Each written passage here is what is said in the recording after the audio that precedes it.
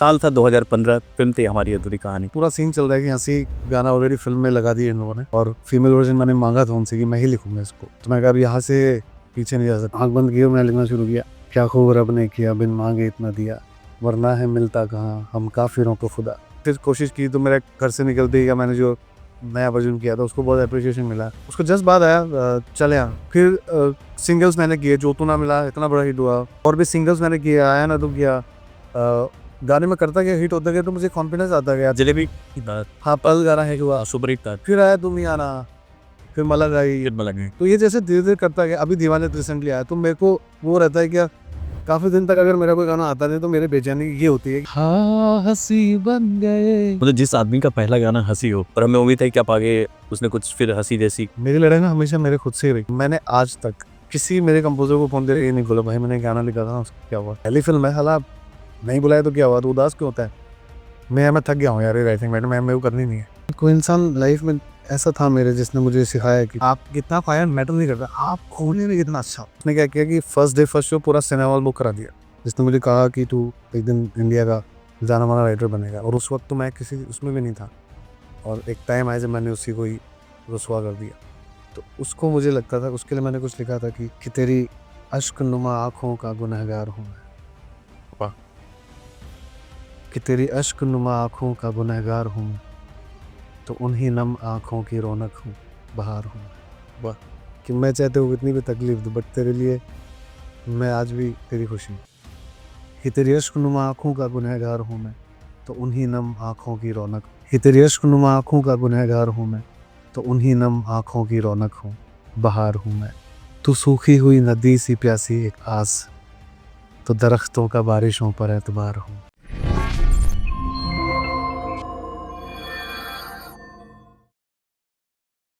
नमस्कार दोस्तों, मेरा नाम है प्रकाश भारद्वाज। वायरल टॉक्स के इस एपिसोड में आपका स्वागत है। आप जानते हैं कि भारतीय सिनेमा में सबसे ज़्यादा जिसे इग्नोर किया गया है वो है लिरिक्स राइटर और राइटर। कभी भी उनको उनके हक का मिला नहीं। उनकी आइडेंटिटी हमेशा कहीं ना कहीं गुमनामी में रहे। शैलेंद्र से लेके हसरत जयपुरी हो या फिर शाही हो, सबको बाद में एक पहचान के लिए फाइट करनी पड़ी।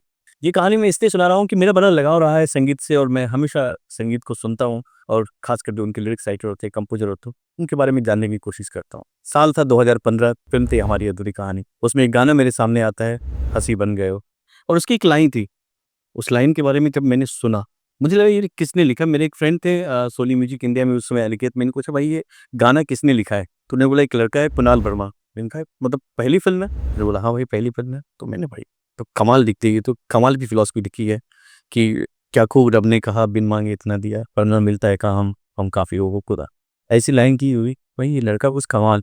तो मेरी उनसे मिलने की इच्छा हुई, और मैंने सोचा कि जब मैं कभी पॉडकास्ट करूंगा तो उनको जरूर बुलाऊंगा अपने पॉडकास्ट में। आज हमारे साथ हैं कुणाल वर्मा, बॉलीवुड के फेमस लिरिक्स राइटर, जिनकी शुरुआत हमारी अधूरी कहानी से हुई थी। स्वागत है कुणाल वर्मा जी। हाय प्रकाश भाई। अगर मैं गलत नहीं हूँ तो शायद वो पहली फिल्म थी आपकी। मेरी पहली फिल्म थी, हाँ। पहली फिल्म थी भाई। मैं 2015 का सवाल है, अभी तक मेरे ध्यान में है। कैसे पहली लाइन, मतलब पहली फिल्म और ये गाना, मतलब वो लाइन अगर मैं गलत नहीं तो सेम लाइन थी वो, हाँ, वरना मिलता है कहाँ हम। तो वो लाइन के पीछे कोई कहानी है, मतलब है। मेल वर्जन तो मैंने लिख दिया था, पर मुझे जब भट्ट साहब ने बुलाया, पहली मुलाकात मेरी उनसे हुई, तो हम बैठे थे, तो डिसाइड किया यार मुझे यहाँ पे ना कुछ अलग चाहिए। तो मैं मोहित सर के साथ 2 दिन से वैसे ही इस गाने पे काम ही कर रहा था। तो हम फाइनल सिटिंग पे बैठे थे, जब महेश भट्ट साहब बोले कि मेरे को पूरा गाना अच्छा है तुम्हारा, यहाँ पे मुझे कुछ ऐसी बात चाहिए जो प्यार और ईश्वर को मैच कर जोड़ दे। तो मैं एक बार तो लगा कि मैं कहा चलो मैं घर से करके लेके आता हूँ, पर मोहित सर ने बोला कि ये बहुत फास्ट लिखता है और अभी कर देगा, अभी गाना फाइनल करते हैं। तो मैं ऐसे देखा, ये मुझे भी लगता है कि आपको जब करना है तो फिर आपको जहाँ मौका मिले आपको पीछे नहीं हटना। आप वो मेरे लिए पहला मौका था, और मैं आया तो उनसे मिलने ही था। मुझे नहीं पता था कि ये पूरा सीन चल रहा है कि हंसी गाना ऑलरेडी फिल्म में लगा दिया इन लोगों ने, और फीमेल वर्जन मैंने मांगा था उनसे कि मैं ही लिखूंगा इसको। तो मैं कहा अब यहाँ से पीछे नहीं जा सकते। तो लैपटॉप था मेरे पास, तो मेरा लैपटॉप बैठा था ऐसे, और मैंने आंख बंद की और मैंने लिखना शुरू किया। क्या खूब रब ने किया, बिन मांगे इतना दिया, वरना है मिलता कहाँ हम काफिरों को खुदा। और फिर मैंने वो पढ़ा, मुझे बड़ा अच्छा लगा। तो मैंने ऐसे करके और लैपटॉप उधर घुमा दिया, मैं इसी तो उन्होंने पढ़ा, और वो शाउट करने लगी, मोहित क्या कमाल की लाइन है यार, गाना तेरा सुपर हिट हो गया, ऐसे वैसे। मैं सब देख रहा हूँ, मुझे ना ऐसा लगा कि मेरी यहाँ से ना दुनिया बदलने वाली है। मतलब एक होता है ना कि एक जो, क्योंकि जो मेरे को लास्ट बॉल पे 6 मार रहा था मैंने मारा, बट वो उस टाइम मुझे पता नहीं लगा क्या किया है, जो भी है वो सब कुछ रियल हो रहा है क्या, लेकिन मुझे ये पता था कि यहाँ से मैं जब बाहर निकलूँगा, सुकून के साथ जाऊँगा कि मुझे मौका मिला और मैंने उस पे काम करके दिखाया। और वो फिर वो गाने में वो लाइन्स आई और नॉमिनेशन मिला। मतलब वैसे तो शुरुआत में हमेशा इंट्रोडक्शन ही देता हूँ मैं, लेकिन मैं इतने दिनों से एक्साइटेड था और मतलब बहुत ये कोइंसिडेंस है, मैं इसको संयोग ही बोलूँगा कि उस समय मैं सोनी म्यूजिक का सारा सोशल मीडिया मेरी कंपनी देखती थी। सारी फ़िल्में हम लोग प्रमोट करते थे उनका, और ये जब हमारी अधूरी कहानी आई तो सारे गाने कमाल ही पे आते, कमाल। मतलब हर कोई उसमें कमाल ही कर रहा। मुझे लगता था कि हँसी एवरेज गाना है इन सब, क्योंकि मेरा फेवरेट गाना था हमनवा, मिथुन का और पेपॉन का था। तो वो जो गाना सुना था वो तो मैं डर गया था, मैंने कहा यार मेरे गाने के लिए बैकलैश आने, फँस गए हम लोग, मैं फँस गया। फिर जब गाना आया, कुछ के मिक्स रिव्यूज़ आए, मैं पढ़ता था उस टाइम पे। पहले क्या होता इतना ये सोशल मीडिया था नहीं ना, तो मैं इंटरनेट पे चेक कर रहा था कि काफ़ी लोगों ने उसके बारे में बोला गाने की ये बहुत ऑर्डिनरी लिरिक्स हैं ये। और थोड़ा घबरा गया था, मैंने कहा नहीं यार ये गलत हो गया, क्योंकि वो मेरा स्टाइल ऑफ राइटिंग नहीं था। और वो तो मैंने किताब में एक दिन लिखा था, अम्मी ने उसको उस पे गाना बना दिया और उन्होंने सुना दिया गाना। तो मैं वो नहीं चाहता था कि कभी हँसी बन के मेरा पहला गाना हो, क्योंकि मेरी इमेज फिर उसके बाद में वो सिंपल वाली चली गई ना, तो बाद में फिर मुझे डर लगा। मैं कहा यार अब लोग आएँगे मुझसे यही माँगेंगे गाना और मैं दे नहीं पाऊँ। वहाँ से वो असली जो स्ट्रगल होता है वो शुरू हुआ कि मेरी लैंग्वेज मुझे बदलनी पड़ेगी, क्योंकि पहले तो मैं उर्दू ये सब वो सब बहुत करता था।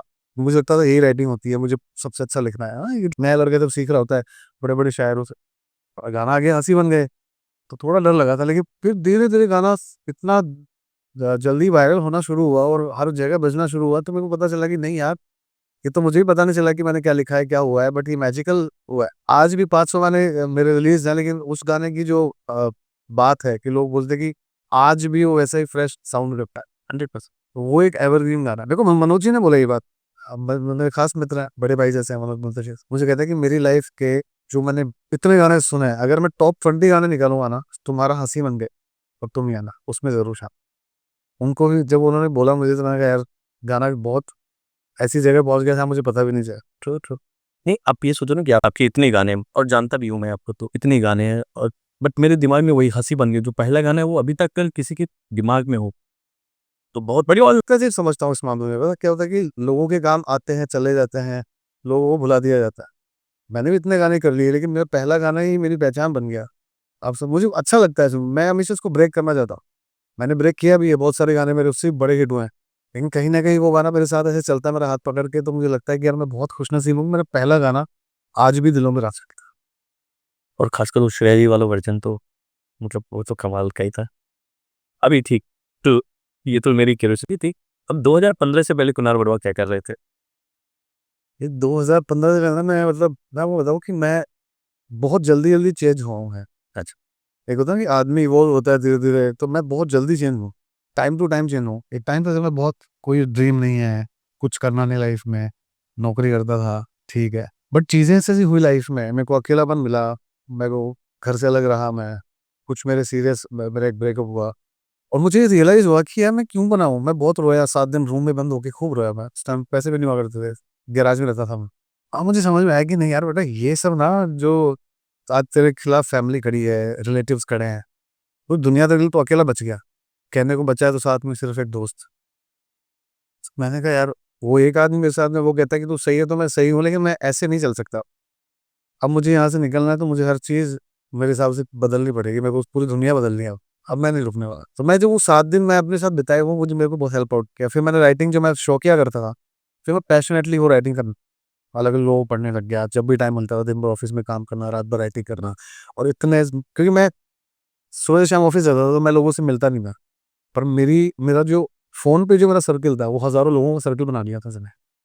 और रात-रात भर लोगों को सुनाना, सुनना, जो लोग पोएट्री के दीवाने थे, मेरी फ्रेंड्स थी, मेरे कुछ फ्रेंड्स थे, जो मतलब पूरी दुनिया को आदमी ना धीरे-धीरे करके ऐसे जोड़ना शुरू कर दिया। सोशल मीडिया पे डालता रहता था, तो मुझे ऐसे-ऐसे लोग मिल गए जो मुझे ना ऐसा बोलते थे, "तू यार पता नहीं तेरे में कुछ है, तू गाने लिखना शुरू कर।" ये रही मुंबई की कहानी। जयपुर की कहानी सच, जयपुर वहाँ से फिर मैंने सोचा यार गाने मेरे को कौन लिखने देगा? तो मैंने क्यों ना म्यूज़िक को समझा जाए, लोगों के साथ बैठा जाए, तो वहाँ से मैं धीरे-धीरे जब और म्यूज़िक को समझना शुरू किया, तो मुझे एक-एक चीज़ समझ में आने लग गई कि नहीं यार ये क्योंकि क्या होता है कि वहाँ सीखी हुई फैमिलीज़ भी बहुत है जयपुर में, राइट? तो उन लोगों के साथ बैठा था, मुझे पता था कि यार ये लोग सीखे हुए भले ही होंगे बट इनको कमर्शियल म्यूज़िक नहीं पता है। तो मैंने उनसे भी एक लेवल तक जैसे 2 महीना उनका रहा, मुझे समझ में आ गया कि ये मैं ये बहुत आउटडेटेड है, मैं नहीं कर सकता। तो मुझे वो चीज़ें समझ में आती थी कि यार आने वाला टाइम कैसा आने वाला है, क्या राइटिंग आने वाली है, मैं उस पे काम करते हैं धीरे-धीरे, और खुद ही फिर अपना टीम बना के उधर मैंने काम करना शुरू किया। और मुंबई कब आना हुआ फिर आपका? मुंबई तो मैं आया था सिर्फ हँसी बन के लिखने के लिए। क्या मतलब उससे पहले पहले मुंबई में आता था, आया 10 दिन के लिए, रुका, कोई मिलता है मिल लेता हूँ, अदरवाइज़ मैं चला जाता था। तो मेरा ऐसा कोई था ही नहीं, और हँसी लिख के भी चला गया था मैं। फिर वापस? फिर बॉम्बे था एयरपोर्ट, फिर मैं जयपुर ही था। बॉम्बे आया, लिख के मैं चला गया। फ़िल्म आई, रिलीज़ हुई, मैं तो लॉन्च पे भी नहीं आया। मैं तो वहीं पे, मैं कहा यार बुलाया नहीं है लॉन्च पे। तो मैंने कहा चलो, मैं बड़ा उदास हो गया। तो मेरा दोस्त है, मतलब मेरी पूरी लाइफ़ उसके साथ ही बीती, और वो मेरा सबसे अज़ीज़ चीज़ है मेरी लाइफ़ की। तो उसने मेरी हर चीज़ सेलिब्रेट की है। तो वो बोला कि यार देख बेटा, ऐसे तो नहीं जाने देंगे। पहली फ़िल्म है, साला नहीं बुलाया तो क्या हुआ? तू उदास क्यों होता है? तो मैंने कहा क्या करूँ? कहता है कुछ मैं करता हूँ कुछ। तो उसने क्या किया कि फर्स्ट डे फर्स्ट शो पूरा सिनेमा हॉल बुक करा दिया जयपुर में? जयपुर में, और मीडिया, दोस्त वोस्त, पूरी क्राउड, सबको उसने मूवी दिखाई। एंड मैं इतना खुश हुआ कि यार इससे अच्छा क्या सेलिब्रेट कर सकता हूँ मैं अपनी पहली फ़िल्म को। और फिर मैं जब फ़िल्म देखा, तो आधी फ़िल्म के उसमें मैंने मैसेज किया, मैंने कहा महेश जी को, मैं कहा सर ब्यूटीफुल शो, मैंने आधी देखी, अभी सब रो रहे हैं। तो कहते हैं कि सबको लेके गया साथ में? तो मैंने उनको वो बंडल की फ़ोटो भेजी जो मैंने टिकट का बदला के हुआ। तो बोले तू पागल आदमी है। तो वो मुझे याद अच्छे से। तो वो एक फ़ीलिंग थी जो मैंने उसको फिर जिया, और उसके बाद में जयपुर ही काम करता रहता था।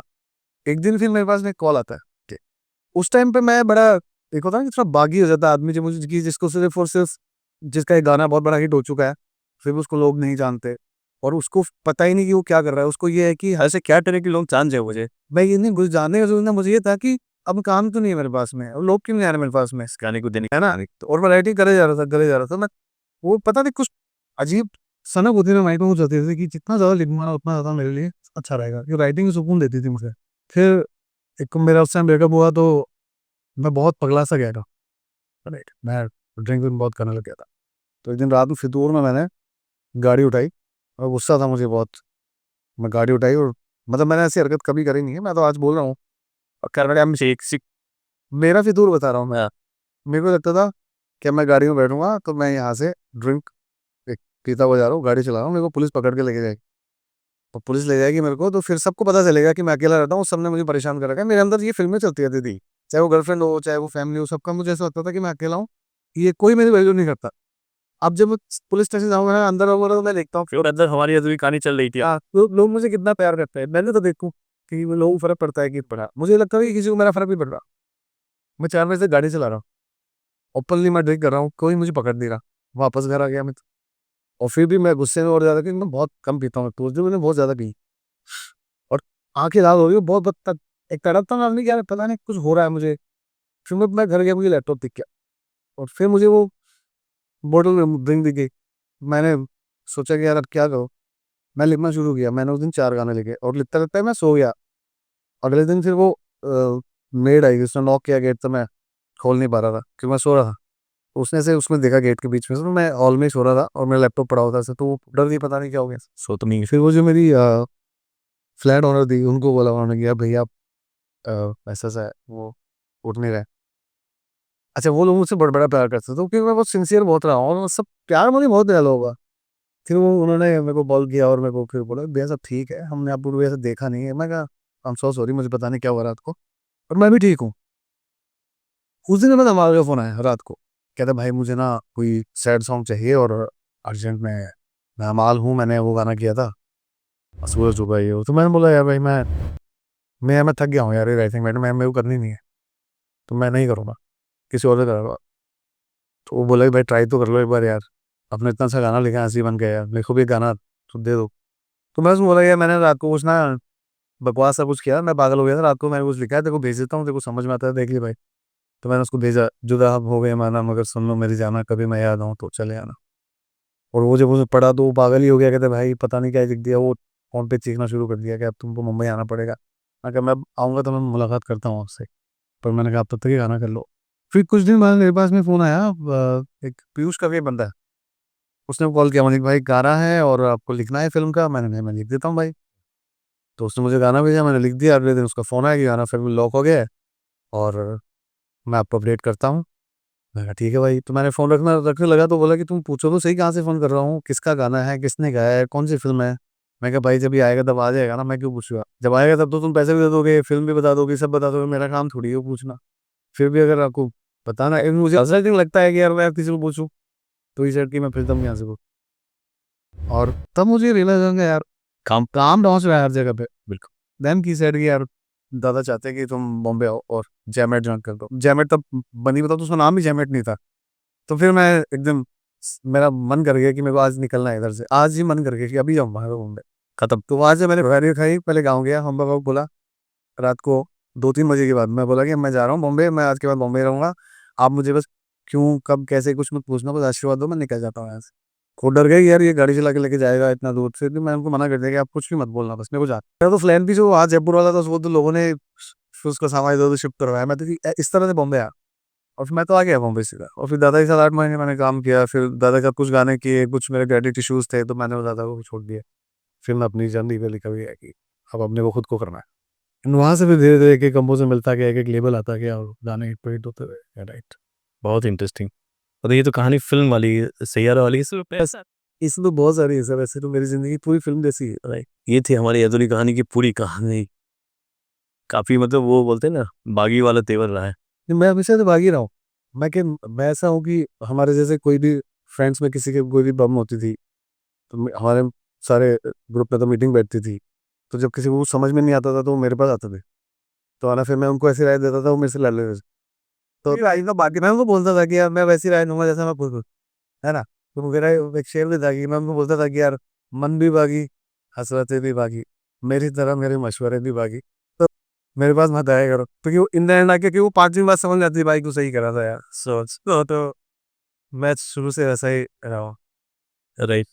अरे भाई, जैसे ये तो बहुत पॉजिटिव बातें हो गई जो मैंने हँसी के लिए बोला, और एक शिकायत भी मेरी थी कि भाई जिस शायर को मैंने सोचा कि मतलब कहाँ मिलता है, मतलब काफ़ी लोगों को कहाँ मिलता है खुदा, और कहाँ आपने एक गाना भी बनाया जो कि काफ़ी वायरल हुआ, मतलब पॉपुलैरिटी में नंबर 1 है, मेरे जैसे तो भी मेरे ये एमडी। दरअसल वो गाना था अच्छा गाना सुपर हिट है, बट मतलब होता है कि एज ए फैन मैं सोचता हूँ भाई ये शायद गाना अब तो ये साहिब वाइड वाले जॉन में जा रहा है और ये सीधे अल्ताफ राजा पे पहुंचो है। ये वो गाना मैंने किसी सही कहा रिपू बताइए कि आपने क्यों वो गाना गाया भी और बिका भी, मतलब वो गाना मैंने किसी सिंगर के लिए बना। पंजाब का एक सिंगर है, वो ऐसे ही गाने बनाता। तो हम बैठे थे, तो ही सैड कि भाई मुझे बहुत अच्छा लगा गाना। मैंने कहा करते हैं भाई, पर मेरे लेवल पे करेंगे। तो ही सैड कि नहीं भाई ये मेरे लेवल पे करूँगा मैं।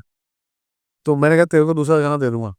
तो वो बोला कि नहीं यार भाई, आप वो गाना आपके लिए कर लूँगा, मैं आपके लिए गा दूँगा, ये तो मेरे को चाहिए। तो वो रखा हुआ था मेरे पास में। और हमारा जो आर्टिस्ट था, मेरा जो लेबल था मेरी डू, उसका आर्टिस्ट जो था उसका सिंगल शूट होने थे, उसका पासपोर्ट नहीं आया। हमारी टीम चली गई शूट करने के लिए। अच्छा। तो 3 गाने हमारे फीमेल सिंगर के थे, वो शूट हो चुके थे, मतलब हो रहे थे। और जब पासपोर्ट नहीं आया तो फिर मेरा पार्टनर ईशान, वो बोले भाई अब फँस गया हूँ, क्या करें? अब कुछ नहीं यार मैं कर लेता हूँ जाके। तो मैं गया, मैं 3 गाने रैंडम शूट करके, पैसे लग गए तो सारे, ना कहा चल अपने गाने शूट करते हैं। इस तरह से वो गाना बनाया और रिलीज़ कर दिया। नहीं तो मैं उस गाने में था ही नहीं कहीं। बिल्कुल। नहीं नहीं, गाना सुपर हिट है और मुझे लगता है कि कई महीनों तक वो नंबर 1 ही रहा था। यार ये आप सोचो ना, इंस्टाग्राम ने खुद बैनर दिया है हगी होगी किया। जी कब मैंने वो सारे देखे। और उस टाइम में सारे कितने बड़े-बड़े गाने चलते, मिलेनियर्स आया था, देखा। आज की रात चल रहा था, बिग टॉक चल रहा था। इस गाने ने रील्स में उनके बाद में आके भी उनसे आगे निकल गया था।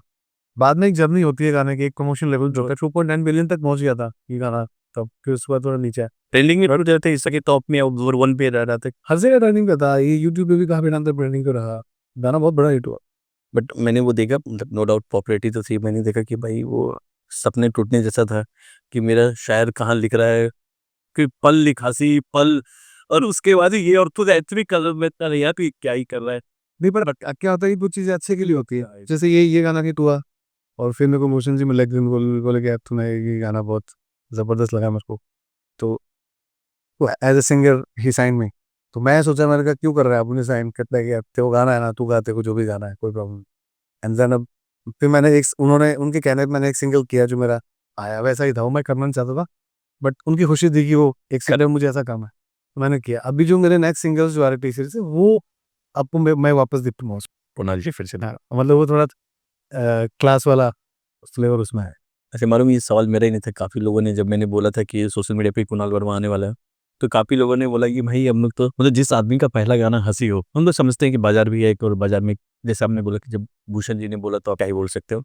और हमें उम्मीद है कि आप आगे उसने कुछ फिर हँसी जैसी कुछ चीज़ें नहीं, मेरा देखो मैं बताऊँ, मेरी मेरी लड़ाई ना हमेशा मेरे खुद से ही रही, क्योंकि यहाँ पे ना मैंने राइटर्स को देखा है, तो वो बड़ा दुखी हो जाता है, कोई दूसरा काम कर रहा होता है, इसके बाद क्यों किया, उसके बाद क्यों किया। वो राइटर से ज़्यादा वो गाना बेचने, खरीदने का काम करते हैं। मैंने आज तक किसी मेरे कंपोज़र को फ़ोन करके ये नहीं बोला, भाई मैंने गाना लिखा था, उसका क्या हुआ? मेरा काम सर लिखना है, लिख के मैं नेक्स्ट गाने पे बैठूँगा। मेरे को रोज़ 4 गाने लिखने होते हैं, तो मेरा दिमाग इन सब चीज़ों में नहीं चलता। मुझे पता है कि काम करने से ही चीज़ें होंगी। मैं अपने आप से कॉम्पिटिशन करूँगा। पहले मेरा था हँसी मन में ब्रेक कैसे करूँ, इससे मेरे को आगे निकलना। मैं फिर कोशिश की तो मेरे घर से निकलते ही या मैंने जो नया वर्ज़न किया था उसको बहुत एप्रिसिएशन मिला। उसको जस्ट बाद आया चल यहाँ, उसने मेरी एक वो उस चीज़ को थोड़ा आगे लेके गया।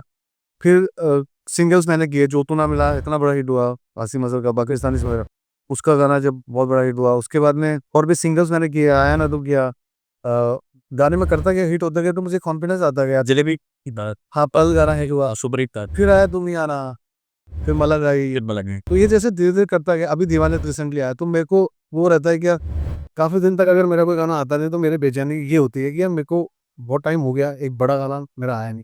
ये आपकी आपकी बेचैनी कुछ और भी है। मैंने देखी कि सिर्फ बेचैनी बेचैनी नहीं कि नया गाना कर लें। अपनी वो जो आप स्विच करते हो ना कैरेक्टर भी स्विच कर लेते हो। अभी मैंने म्यूजिक डायरेक्टर, फिर सिंगर,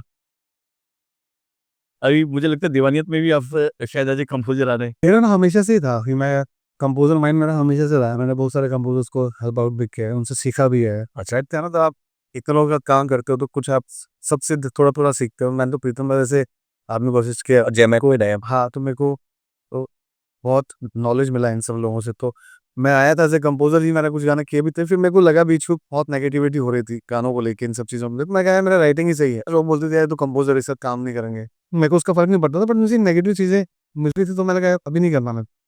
तो टाइम ऐसा आया बीच में जब मैं काफ़ी डिस्टर्ब था, तो मैंने राइटिंग ही करी, मैंने कंपोज़ नहीं किया कुछ। एंड जब अब ये टाइम वापस आया है, जब मुझे लगता है कि नहीं अब मैं कम्फर्ट ज़ोन में है। कंफर्ट ज़ोन में हूँ, मुझे किसी का फ़र्क भी नहीं पड़ता। और अब मेरा खुद का लेबल भी है, मैंने मेरे लेवल पे ही वो गाना आया था, मिलेंगे हम नहीं, मैंने को उस पे ही प्रूव किया है। आगे मैं एक नए बच्चों के साथ में एक एल्बम कर रहा हूँ, और वो जब भी आएगा वो it's the most beautiful album जो मैंने किया, मेरी बेस्ट राइटिंग उसमें मिलेगी, वो मैं अपने लेवल के लिए ही कर रहा हूँ। और उसमें ऐसा कोई नॉन मैं बोलूँगा तो मेरे लिए तो कोई भी गा देगा। बट मैंने एक ही बंदा ढूँढा है, ऑनलाइन जा के देखता हूँ नए सिंगर्स रील्स से, इनसे, और ऐसे करके सब लोगों को मैंने इकट्ठा किया और एक पूरा एल्बम, बहुत खूबसूरत एल्बम बनाया। तो हम लोग में भी शायद नेक्स्ट टू नेक्स्ट मंथ उस पे शूट पे भी चले जाएँ। आपने एक चीज़ बीच में बोली थी जिसमें कि जैमैट से आप निकले थे। आपको लगता है कि बॉलीवुड में क्रेडिट को लेके बहुत सारे लोगों ने आवाज़ उठाई है। आपको लगता है कि इस मुद्दे पे बात होनी चाहिए कि क्रेडिट जो शेयरिंग को लेके मुझे एक चीज़ समझ में ये नहीं आती है सर, आज तक इतना टाइम हो गया, मतलब गाना हमारा तब तक क्यों रहता है जब तक वो रिलीज़ नहीं, है ना? गाना रिलीज़ होता है तो सब साइडलाइन कर रहे हैं, उससे पहले भाई, भाई, भाई, भाई ये सब चलता है। मैं आपको एक बात बताता हूँ कि मैं तो लड़ा हूँ हमेशा। हो सकता है कि कुछ लोग ऐसे हो कि जो मेरे भाई जैसे हैं, तो मैं उनसे उनके साथ ही लड़ लिया हूँ। लड़ा अपने हक के लिए, ऐसे कोई बदतमीज़ी नहीं करी। जैसे आपसे कोई शिकायत है तो आपसे ही लड़ा, मैंने कर लिया। मैं किसी को कभी जाके कुछ बोला नहीं। अब एक एक किस्सा बताता हूँ मैं आपको। प्रीतम दा के साथ मैं एक गाना कर रहा था, बीबा नाम था, मार्शमैलो के साथ कोलैबोरेशन था। बड़ा कोलैबोरेशन था। हाँ, शाहरुख खान फीचर थे, और उसकी कुछ लाइन शायद इरशाद कामिल सर ने लिखी थी, और कुछ लाइन एक लड़का है श्लोक, उसने लिखी थी। अच्छा, 2-4 लाइनें ही हुई थी, तो वो पूरा गाना फिर मैंने लिख दिया था, और वो ही गाना रिलीज़ हुआ है। तो मैं बड़ा खुश हुआ कि मैंने कहा मार्शमैलो के साथ कोलैबोरेशन है। मैंने क्रेडिट लिस्ट चेक करी तो मेरे पास में तो मेरा क्रेडिट ही नहीं था। मैं प्रीतम दा को फ़ोन कर दिया। मैं कहा दादा I am so sorry, but ये क्यों किया आपने? इसमें हमारा क्रेडिट क्यों नहीं किसी का?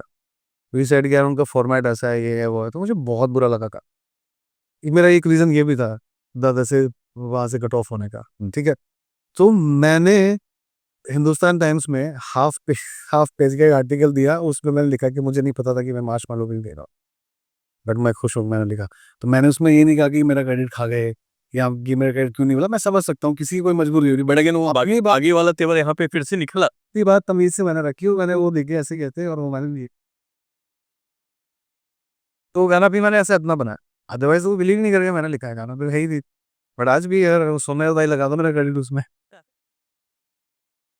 बट इतनी फाइट क्यों करनी पड़ती है एक आर्टिस्ट के जब उसके क्रेडिट के लिए और खासकर अब तो थोड़ा बेटर हुआ है सीन, जब से हम कुछ लोगों ने बोलना शुरू किया। मैं तो काफ़ी सारे लेबल्स ऐसे हैं जिनके साथ में मैं शायद मैं काम अभी काफ़ी टाइम से मैं नहीं करता हूँ, और ये मेरी चॉइस है। क्योंकि वो लोग बोलते हैं यार हमारी पॉलिसी नहीं है कि हम प्राइमरी आर्टिस्ट में बेसिस को डालें या ये है वो, तो मैंने कहा यार कि आपकी पॉलिसीज़ हैं वैसे मेरी नहीं है। तो हमारी पॉलिसीज़ जिस दिन मैच करेंगे हम लोग उस दिन डेफिनेटली काम पे करेक्ट। तो मैंने अपनी मैं जहाँ मेरा दिल नहीं करता वहाँ काम नहीं करते। तो मेरा एक शेर था कि जहाँ मैं नहीं वहाँ मेरा कुछ है नहीं। मैं निकल जाता हूँ बस। क्रेडिट तो ऐसी चीज़ है बेसिक चीज़ है आपको देना है। पैसे आप कम दे दो, ज़्यादा दे दो वो सब चलता है, पर क्रेडिट के साथ में नहीं। बिल्कुल सही बात है। और कोई एक आर्टिस्ट सब कुछ छोड़ के अपने शहर को छोड़ के बुरा क्या लगता है भाई, जैसे मानो कि कंपोज़र और एक राइटर सबसे ज़्यादा मेहनत करते हैं गाना। वो पूरा-पूरा गाना करता है।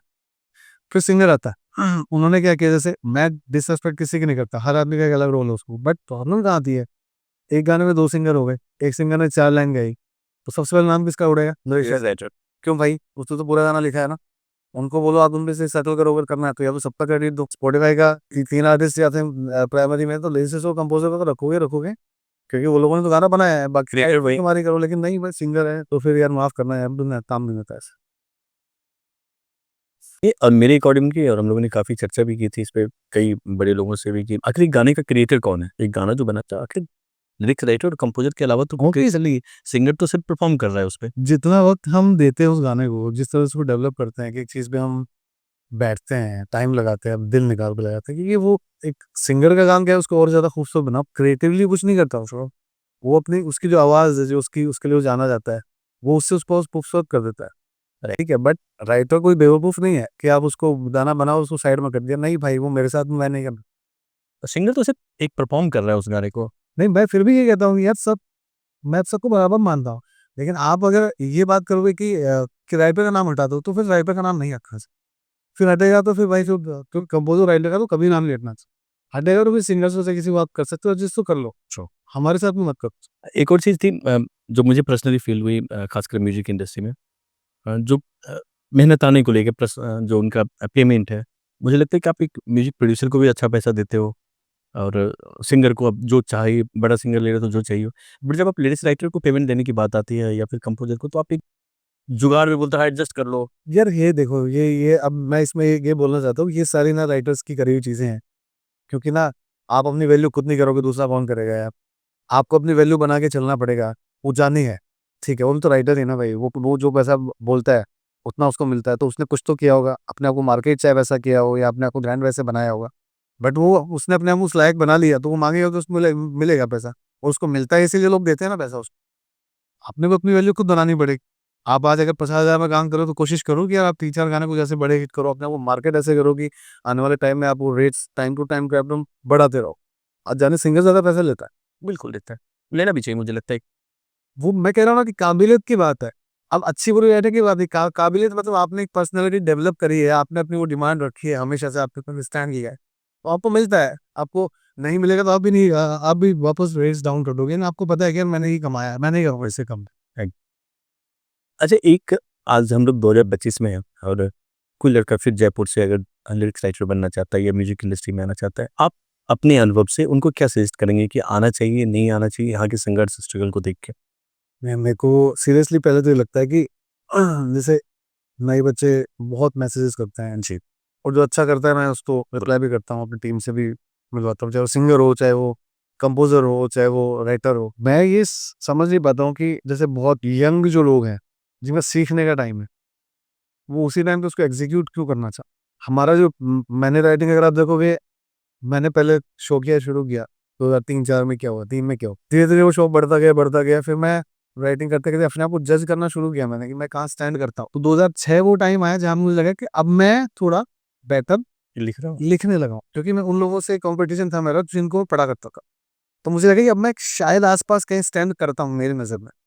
तो वो लड़ाई पहले मैंने अपने आप से जीती, उसके बाद जो लाइफ़ मैंने जी है, जिस तरह के डिसीज़न मैंने लिए है ना? तो वो सब के लिए आपको तैयार होना पड़ेगा। आप ऐसा नहीं कि आपने आज लिखना शुरू किया, आप बोलोगे यार कल ही मैं राइटर दूँगा। आप अगर मेरे जैसा बनना चाहते हो या हमारे जैसा बनना चाहते हो, तो आपको फिर हमारे साथ जीना पड़ेगा। आपको एक्सपीरियंसेस लेने पड़ेंगे। आप उस चीज़ के लिए तैयार हो। आप एक दिन में राइटर नहीं बन सकते। अब 1 या 2 गाने तो कोई भी लिख देगा अपनी ज़िंदगी में। आपको अगर लंबी जर्नी के लिए तो पहले आप अपने आप को इतना टाइम दो, अपनी लाइफ़ को इस तरह से मोल्ड करो कि आपको हर एक चीज़ महसूस करते हुए जब तक आप नहीं आओगे, तब तक लंबा नहीं चलो। एक अच्छी बात आपने बोली कि जो एक तजुर्बा है और जब तक आपने स्किल को डेवलप नहीं किया है, उससे पहले लॉन्च होने की ज़रूरत ही नहीं यार है। आपने वो महसूस ही नहीं किया। आपको तो हर तरह की सिचुएशन मिलेगी, क्योंकि ये कोई पोएट्री लिखने जैसा नहीं है, ये है आपको डायरेक्टर सिचुएशन देगा, आप एटलीस्ट इतने कलर जी के जाओ अपनी लाइफ में कि आप जब भी आपके पास में किसी गाने की सिचुएशन आए, आपको ये महसूस हो कि इस गाने का हीरो मैं हूँ, और मैं हूँ तो मैं कैसा इसको नरेट करूँगा। आपने वो जिया ही नहीं था, आप उसको महसूस भी नहीं कर सकते। एक चीज़ जानना चाह रहे थे आपसे कि लिरिक्स राइटिंग का जो फॉर्मेट है, ये फॉर्मेट क्या है? स्ट्रक्चर क्या आप ट्यून पे लिखते हैं या आप पहले लिख लेते हैं उसके बाद असली सॉन्ग राइटर वो है जो सिचुएशन और धुन, इन 2 चीज़ों को फ़ॉलो करके लिखे, क्योंकि धुन पे लिखना सबसे ज़्यादा इम्पोर्टेंट सब्जेक्ट है कि आपको एक-एक मीटर, एक-एक चीज़ का समझना पड़ेगा। उसके साथ उस कहानी को लेना, उन शब्दों को पिरोना, क्योंकि ब्लैंक पोएट्री लिखना इज़ वेरी ईज़ी। बट आपको एक सिचुएशन आपके माइंड में है, कैरेक्टर आपके माइंड में, एक मीटर आपके माइंड, एंड देन फिर आपको उस मीटर के ऊपर लिखना है, एक-एक चीज़। तो आपको उसमें ध्यान रखना है कि यार देखो, इसका साउंड हर एक वर्ड का कहाँ कैसा साउंड आना चाहिए, कहाँ कैसा वर्ड आना चाहिए। फिर आपको ये भी देखना है कि यार ये कहीं पुराना तो नहीं लग रहा है, ये मैं क्या नया कर रहा हूँ इसमें। कभी-कभी हम ये भी करते हैं कि हमारी कंपोज़िशन बहुत यंग है और हम चाहते हैं कि इसमें पुराने बड़े डीप थॉट डाल देते हैं, तो वो वहाँ भी गाना खराब हो जाता है। हमारा द हम हमको कंपोज़िशन को बड़ी नाज़ुक चीज़ होती है कंपोज़िशन। आप उसको जैसी वो है, उसके हिसाब से उसको कपड़े पहनो। आप अगर उससे ज़्यादा उसको सजा दोगे तो भी गाना खराब है, उसको अंडर ड्रेस करोगे तो भी वो गाना खराब। तो आप उसमें ये मत करो कि यार कंपोज़िशन अब मैं क्या करता हूँ देखो, ऐसा नहीं। मेरा कमाल देख हाँ, वो कमाल नहीं दिखाना, वो कॉम्प्लीमेंट करना चाहिए। एक और चीज़ मतलब मेरी पर्सनल इच्छा थी जानने की कि जैसे कि इंडी म्यूजिक और सिनेमा का म्यूजिक 2 अब मुझे दिख रहा है कि 2 चीज़ें पैरेलल चल रही हैं इंडस्ट्री में। जैसे स्पॉटिफ़ाई पे हम लोग जाते हैं तो देखते हैं कि कुछ आर्टिस्ट काफ़ी पॉपुलर है, पर वो फ़िल्मों में नहीं है और कुछ आर्टिस्ट जो फ़िल्मों में हैं वो शायद इतने पॉपुलर नहीं हो पा रहे हैं, स्पॉटिफ़ाई पे उतने नंबर्स नहीं आते। तो आपको लगता है कि कहीं न कहीं कॉर्पोरेट इसको दोनों को 2 पार्ट में लेके चल रहा है ये या फिर ये दुनिया है अलग? अच्छा, ये क्या है कि आजकल ना शोकेस बड़ा हो गया है, प्लेटफ़ॉर्म्स इतने सारे हो गए हैं कि आप कोई भी चीज़ छुपी नहीं रह सकती। जिसमें थोड़ा-सा भी टैलेंट है, आजकल का ज़माना तो करने वालों का है। क्योंकि बहुत सारे टैलेंटेड लोग बैठे हैं घर पे अपने माइंड में लेके सारी चीज़ों को, लेकिन एग्ज़ीक्यूट कोई नहीं करता।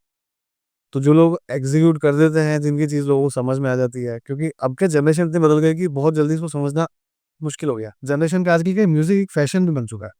पहले लोग बिल्कुल सही बात। पहले लोग क्या करते थे, उसको उसको समझते थे, उसको अपनी ज़िंदगी का हिस्सा बना लेते थे। आजकल क्या है, म्यूज़िक फैशन है। फैशन इन द सेंस कि ग्रुप्स होते हैं अलग-अलग, कि यार हम इसको सुनते हैं, तो हम क्लासी हैं। हम इसको सुनते हैं तो हम तुमसे इसलिए डिफरेंट। तो फैशन ने भी म्यूज़िक को अलग-अलग तरीके से इवॉल्व बाँट किया दिया है। है ना? तो कुछ लोग बहुत कच्ची जो कंपोज़िशन है, कच्चे सिंगर्स हैं, उनको उनमें खुद को ढूँढते हैं। वो तो वो फैशन ही है एक तरह से। अब जैसे फैशन भी हर जगह अलग-अलग हो गई है। अब से मेट्रो सिटीज़ में लोग अलग तरह के गाने सुनते हैं, कॉलेज में होते हैं। अब उनको बड़े सिटीज़ में लोग ये सोचेंगे कि यार मैं क्यों सुनूँ यार ये 90s वाले गाने, या मैं क्यों सुनूँ बॉलीवुड गाने। मैं इनसे अलग कैसे हूँ? मैं तो क्लास हूँ थोड़ा सा। वो एक अलग तरह के गाने सुनेंगे, जैसे आजकल अनूप जैन और ये सब लोग कर रहे हैं, या और भी नए सिंगर्स जो आ रहे हैं। तो सब तो अपने आप को अलग-अलग दिखाना है। चाहे वो उनका म्यूज़िक से कोई लेना-देना भी नहीं है। बट उनको लगता है कि मेरा म्यूज़िक ऐसा है जो मैं सुनता हूँ। मैं कुमार शानू वाला नहीं हूँ, हाँ, मैं 90s वाला नहीं। सबने अपनी वो बट एक चीज़ मैंने देखी है जैसे कि आप तो मुझे लगता है उन चंद लोगों में से जो इन्होंने इंडी में भी अच्छा काम किया जब आपके सिंगल्स आए वो भी हिट हुए और फ़िल्म में तो आपने अच्छा किया ही है। काफ़ी लोगों को मैं अनुजैन का एग्ज़ाम्पल लेता हूँ या फिर सनम पुरी हैं, ऐसे काफ़ी आर्टिस्ट हैं जिन्होंने काफ़ी वायरल हुए, यूट्यूब पे हाँ। वायरल हुए या फिर उन्होंने स्पॉटिफ़ाई पे अच्छे नंबर्स उनके, बट फ़िल्में उनको नहीं मिली। तो कहीं न कहीं वो जो फ़िल्म का फ़ॉर्मेट है मुझे लगता है उसमें वो फिट नहीं हो पा रहे हैं उस तरह से। देखिए, सर ऐसा भी नहीं है कि फ़िल्में नहीं मिली हैं, या तो हो सकता है कि मिली हों, उसमें की नहीं हों। हाँ, ये भी हो सकता क्योंकि प्लेसमेंट हर चीज़ का है, फ़िल्म्स में। ऐसा नहीं, कोई भी गाना बाहर हिट होता है, फ़िल्म में आ जाता होगा। अगर वो नहीं आया है तो या तो सिंगर नहीं करना चाहता होगा। मैं ये नहीं मानता कि अनुव जैन को गाने नहीं मिले होंगे फ़िल्म में, वो नहीं कर रहा होगा, बात अलग है। बट आई एम श्योर कि कभी कोई गाना आएगा और वो आएगा फ़िल्म में, जब लगेगा तब। क्योंकि इस बहुत सारे गाने आए हैं जिनको जो लगते थे कि यार ये फ़िल्म में नहीं आएँगे, वो आए हैं। है। जैसे मैंने वो गाना भी आयुष्मान खुराना की एक फ़िल्म में आया था, वो मैंने 5-6 साल पहले सुना था किसी इंडिया आर्टिस्ट से ही। तेरा नशा, हाँ, वो सिंगल ही तो था, सिंगल था बट वो हाँ, फ़िल्म में आया ना। बिल्कुल। तो वो और वो जब हिंदी में मैंने सुना तो मुझे लगा ये गाना तो इंडिया वाले ज़ोन का ही और अच्छा हाँ, बहुत अच्छा वाइब कर रहा था और बाद में मैंने देखा कि फ़िल्म में भी वो गाना है। ऐसे बहुत सारे गाने हैं जो फ़िल्म में आए हैं। बट ये है कि मतलब आज के डेट में ऐसा लगता है आपको कि जो स्पॉटिफ़ाई और इस तरह के जितने भी प्लेटफ़ॉर्म हैं ये कहीं न कहीं अपने आर्टिस्ट प्रमोट करते हैं, इन्फ्लुएंस करते हैं? ये तो है क्या है? कि इंडी पे वो लोग ज़्यादा फ़ोकस करते हैं, और ये उनकी पॉलिसी भी है। ऑब्वियसली आप अगर आपको म्यूजिक को ग्रो करना है, अगर आप सबसे बड़ा प्लेटफॉर्म लेके बैठे हैं, तो आपकी ड्यूटी बनती है कि आप नए टैलेंट को लाएं और इंडी पे ज़्यादा फोकस करें। वो लोग करते हैं, उसमें कुछ गलत नहीं। और उनको लगता है फिल्म तो प्रमोट हो ही जाती है। फिल्म का तो बड़ा रहता है शोकेस, तो वो लोग एनी हो वो कर ही लेते हैं प्रमोशन। इंडी को वो काफ़ी सपोर्ट लगता है, अच्छी प्लेलिस्ट बनती है। राइट। अभी आपकी एक फ़िल्म आ रही है दीवानियत, और उसका पहला गाना तो मतलब कमाल हो गया है और काफ़ी वायरल भी रहा है। और मुझे लगता है कि एक अच्छी कोशिश है कि जिसमें म्यूजिक जिसकी प्रायोरिटी हो, क्योंकि एक मुझे लगता है प्ले डी में वाले प्रोड्यूसर सैयद भाई प्रोड्यूसर है और उनकी प्रायोरिटी भी है म्यूजिक में। हाँ, उनका उसमें आपका एक गाना है, हाँ, कैसे गाना था दीवानियत, जो अभी हर जगह ट्रेंडिंग पे चल रहा है और हाँ। बहुत प्यार मिला उस गाने को। तो ये मेरी मिला भाई के साथ दूसरी फ़िल्म है। अच्छा, पहली फ़िल्म थी मेरी मर जावां, जिसमें मेरा गाना बहुत बड़ा हिट, तुम ही आना, तुम ही आना। वो तो सुपर हिट गाना तो है। उनको इस बार भी बहुत उम्मीद थी मेरे से, तो वो बोले कि भाई एक गाना तुम्हारा होना चाहिए फ़िल्म में।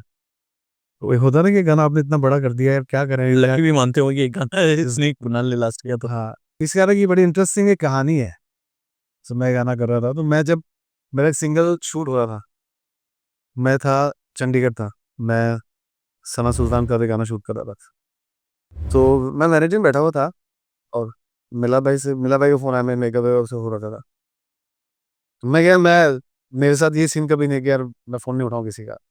अगर मैं बहुत ज़्यादा फँसा हूँ तो मैं फ़ोन उठा के बोलूँगा कि भाई यार ऐसा-ऐसा है। तो मतलब जिन लोग का ज़्यादा काम है, अब फिज़ूल तो बहुत फ़ोन आते हैं। तो मिला भाई बोले कि यार मेरा कैरेक्टर ऐसा-ऐसा है और मेरे को ना एक गाना चाहिए, दीवाने पे कुछ लिख के देना ना। तो फ्री बैठा था, मुझे पता था मेरा शॉट 1 घंटे बाद में है। मैंने लिखना शुरू किया, जो तू आ गया तो फिर मुझे जलने का हो गया। वो होता है ना कैरेक्टर पता है, मुझे लगा कि यार मैं भी ऐसा ही था शायद, है ना? क्योंकि मेरी और मेरी वाइफ़ की जो स्टोरी है वो थोड़ी-सी ऐसी रही है कि अरे स मेरे में ज़िद थी कि यार कैसे नहीं बनेगी मेरी बीवी, है ना? और उसको ये था कि वो मतलब किसी बात को लेके, और ये कि मैं हूँ, तो हमारे वो लड़ाई थी। पर मैं मेरा ये था कि और उन दिनों मैंने ऐसे गाने बहुत लिखे हैं, वो रिलीज़ थे वो सारे, बट वो उस गाने में जो था मेरा, वो मैंने कहा ये कैरेक्टर काम आएगा जो मैं शादी से पहले था हूँ। है ना? कि भाई जो मुझे चाहिए, वो मुझे चाहिए। तो इसमें भी ऐसे था, तो फिर मैंने कहा यार वो ऐसे आँख बंद करी, मैंने लिखना शुरू किया। तेरे दिल पे हक मेरा है, तू सनम बेशक मेरा है, फिर लकीरें हो या ना हो, तू मेरा है। और फिर ऐसे करके मैंने गाना लिखा।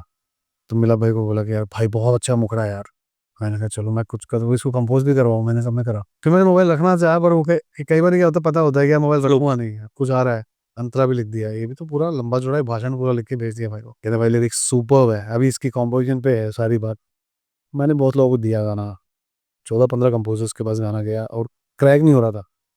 फिर कौशिक गुड्डू के साथ भी मैंने एक गाना किया था, मैंने तेरा नाम दिल रख दिया, राइट, और वो बहुत बड़ा गाना, मोहित सर का। तो मैंने जब मेरी कौशिक से बात हुई, उसके पास सेम ब्रीफ आया कि भाई मेरे पास भी दीवानियत के लिए कुछ ब्रीफ आया है, आप मुझे लिख के दो ना भाई। मैंने कहा भाई लिरिक्स मेरे लॉक है ऑलरेडी, अभी तुमको गेम करना है कंपोज़िशन। मैंने उसको लिरिक्स भेजा, गाना पूरा स्ट्रक्चर करके भेजा। उसमें उसने पार्ट बंदा रा रा रा रा रा रा रा, वो लास्ट में था पार्ट, अच्छा। तो मैंने कहा यार भाई ये बड़ा सुंदर धुन है, इसको मैं कुछ लिखने लगा। तेरे दिल पे हक मेरा है, तू सनम बेशक मेरा है, वो सब लिख के फिर मैंने जब भेजा, तो उसने मुझे डब करा के भेजा। मुझे बहुत खूबसूरत लगा। मैंने मिला भाई को मैसेज किया, भाई जो चाहिए मिल गया है। उन्होंने सुना के था यार थोड़ा अच्छा तो है, बट समथिंग इज मिसिंग, ऐसा कुछ उनका रिएक्शन था। फिर मैं घबरा गया, मैंने कहा यार इससे ज़्यादा क्या क्या करें हम लोग। फिर मैं कंपोज़र को फ़ोन किया, कौशिक और गुड्डू को, मैंने कहा भाई ऐसा-ऐसा सीन है, ये पता नहीं कुछ तो इसमें है जो नहीं समझ आ रहा है। तो हमने आपस में डिस्कशन किया और जैसे भाई इसको क्यों नहीं हम लोग लास्ट वाले पार्ट को ही हुक बना देते हैं, हमारा हुक थोड़ा वीक है, ऐसे करके रिस्ट्रक्चर करते हैं थोड़ा गाना। समझ। तो फिर उसने वो गाना वहीं से शुरू कर दिया, तेरे दिल पे हक मेरा है। एंड फिर वो वापस गया गाना उनके पास, एंड देन फिर पूरा गेम चेंज हुआ। एंड फिर सुपर हिट। राइचुल ने सुना तो वो बोला सब ब्लॉकबस्टर सॉन्ग है, तो देखना मैं क्या करता हूँ इसका। एंड फिर विशाल ने कहा, एंड वो लग गया था गाना कि वो हिट होने वाला है। हिट होना। राइट। और इसमें जो एक दूसरा गाना जो मैंने कंपोज़ किया है, हाँ, जो अभी एक्सक्लूसिव है वो बता दीजिए। मैं आपको बताऊँ भाई, उस गाने की कहानी लोग बिलीव नहीं करेंगे, बट जो मैं बता रहा हूँ वो एकदम सच बता रहा हूँ, वो अनबिलीवेबल है। क्योंकि जो बहुत अच्छी चीज़ें आती हैं ना, वो हमें पता ही नहीं होता कहाँ से आ रहा है। तो मैं क्या है मोस्टली रात को बहुत राइटिंग करता हूँ, तो एक कंपोज़र है वो मुझे असिस्ट करता है, देव। तो वो साई की तरह मेरे साथ ही रहता है। उसको बस सीखना होता है, वो सीखने में वो कोई कमी नहीं रखता, जगता भी है साथ में।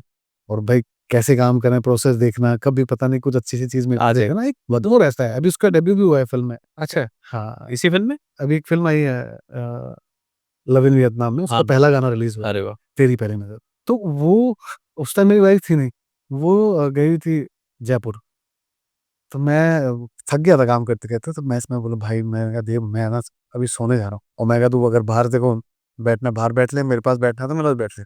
तो वो क्या कभी चांस नहीं छोड़ता कि अब पता नहीं इस आदमी की बुद्धि कब बदल जाए, पर मुझे कुछ अच्छी चीज़ सुनने को मिल जाए भाई में धीरे कुछ, हाँ, उसका हो रहा है। तो मैं लेटा हुआ था ऐसे, तो वो बोला सर सो जाओ, क्यों नहीं सो रहे? मैं कहा यार ना मेरे को लिखना है, और मेरे हिम्मत नहीं लिखने की, अभी क्या करूँ? कहता है कि आप बोलते जाओ, मैं लिख लेता हूँ। तो मैंने बोलना शुरू किया, पूरा गाना बोल के उसको मैंने लिखा, ये लाइन लिखी, हाँ, वो लाइन लिखी, हाँ, ठीक है। फिर दूसरा गाना लिखा, तीसरा गाना लिखा, ऐसे 3 साढ़े 3 गाने लिखे, मैं सो गया था।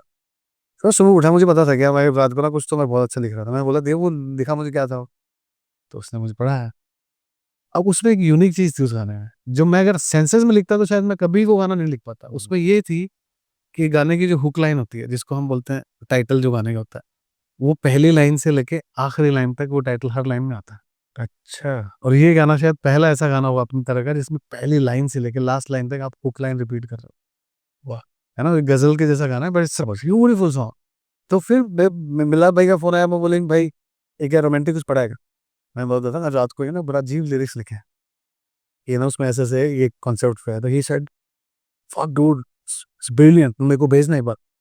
तो मैं भेजा उसको, उनको लिख के, तो कहते हैं तो लॉक है मेरी तरफ से गाना, तू तो धुन बना। मैं कहा धुन तो बनाने दो भाई, लिरिक्स इतने खूबसूरत हो, तू तो इसको कर दो बस। फिर मैंने उसकी जो धुन लिखते टाइम एक माइंड में था मीटर, तो मैंने करके वो उनको भेज दिया, एंड वो गाना इस फ़िल्म में है। और मुझे पता नहीं वो गाना कब आएगा, शायद चौथा, पाँचवाँ जब भी है, मेरे को ये चीज़ का फ़र्क नहीं पड़ा। लोग बोलते हैं तुम्हारा गाना पहला, दूसरा, तीसरा आना चाहिए। जो खुशी इस बात की है कि एक गाना ऐसा आ रहा है मेरा, जो मैंने जैसा बनाया, जैसा बना वैसे के वैसे आ रहा है।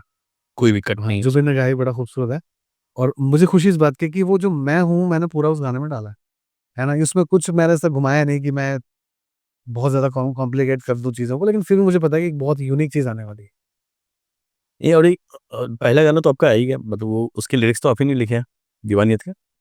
टाइटल का तो आपने, टाइटल का मैंने लिखा है पूरा तो लिरिक्स, मतलब पहला गाना तो आपका ही है। और वो गाना मुझे इतना प्यार मिला है, मेरे 20-20 साल पुराने दोस्त मुझे फ़ोन कर रहे हैं, और वो तो तूने 22 बार प्यार लिख दिया भाई, इनमें कितने मैसेज है, मैं आपको वॉइस ओवर सुनाऊँ, बट उनमें जो दोस्त से गालियाँ भी होती है ना, वो मैं आपको सुना नहीं सकता।